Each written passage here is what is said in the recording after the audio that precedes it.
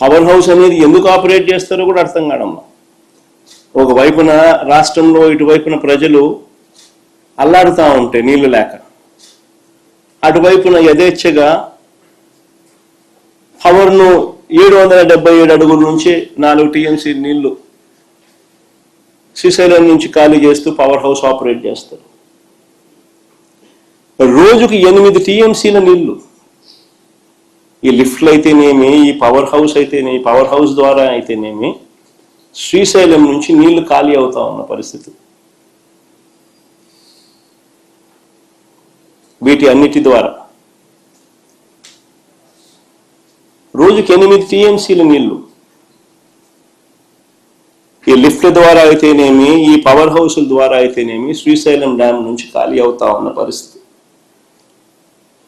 మన రాష్ట్ర పరిస్థితి చూస్తే అటువైపున ఈ పరిస్థితి ఉంది, మరోవైపున మన రాష్ట్ర పరిస్థితి చూస్తే శ్రీశైలం డ్యామ్ ఆపరేషన్స్తో కిందకు తెలంగాణ వదిలేస్తా ఉన్న నీటిని మనం అడ్డుకోలేని పరిస్థితి.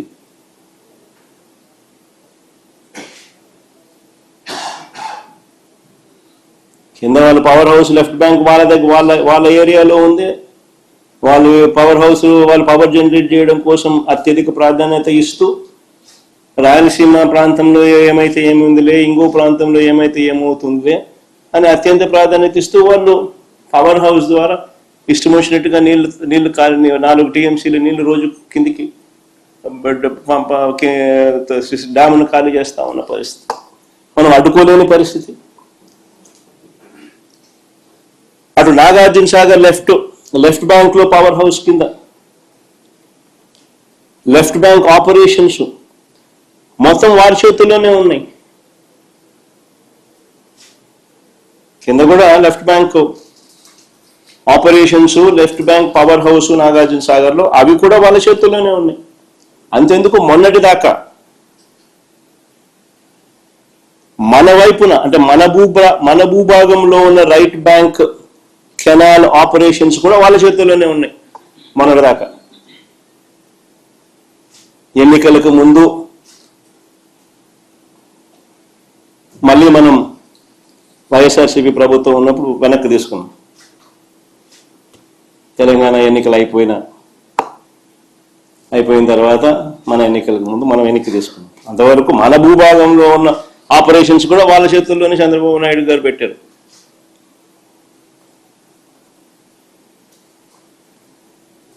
నాగార్జున సాగర్ కిందున్న పులిచింతల ప్రాజెక్టు, దాంట్లో లెఫ్ట్ బ్యాంక్ పవర్ హౌస్, అది కూడా వాళ్ళ చేతుల్లోనే ఉంది. రాష్ట్రానికి, రాయలసీమకు తీవ్ర విఘాతం కలిగించే ఈ నిర్ణయాలన్నీ కూడా రాష్ట్ర విభజన జరిగిన తర్వాత చంద్రబాబు హయాంలో తీసుకున్నవే.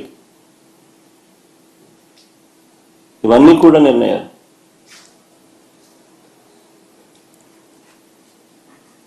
అటు చంద్రబాబు నాయుడు పరిస్థితి ఏంటంటే ఓటుకు కోట్ల కేసులో ఆడియో వీడియోలతో అడ్డంగా దొరికిపోయిన చంద్రబాబు నాయుడు గారు నోరు మెదపలేని పరిస్థితి, నోరు మెదపని పరిస్థితి. కానీ అప్పట్లోనే మన రాష్ట్ర హక్కుల కోసం ప్రతిపక్ష నేతగా నేను అప్పట్లోనే కర్నూలులో జలదీక్ష కూడా చేశాను. చంద్రబాబు గారి మౌనం వల్ల శ్రీశైలం ఎగువ భాగంలో తెలంగాణ చేపట్టిన లిఫ్ట్ ప్రాజెక్టులు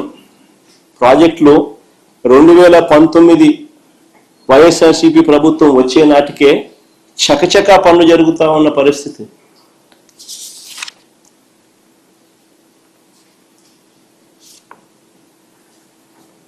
తెలంగాణ ప్రభుత్వం చేపట్టిన కల్వకుర్తి ఎక్స్పాన్షన్ అయితేనేమి, ఎస్ఎల్బిసి ఎక్స్పాన్షన్ అయితేనేమి, పాలమూరు రంగారెడ్డి దిండి ఎత్తిపోతల ప్రాజెక్ట్ అయితేనేమి, వీటికి ఏ దానికి కూడా పర్యావరణ అనుమతులు లేవు.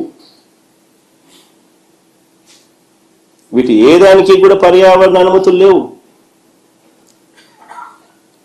ఆ పనులు ఆపాలని ఎన్జిటి 2021 అక్టోబర్లో మా ప్రభుత్వం ఉన్నప్పుడు ఆ పనులు ఆపాలని ఎన్జిటి 2021 అక్టోబర్లో ఆదేశాలు ఇచ్చినా కూడా వాటిని పట్టించుకునే పరిస్థితి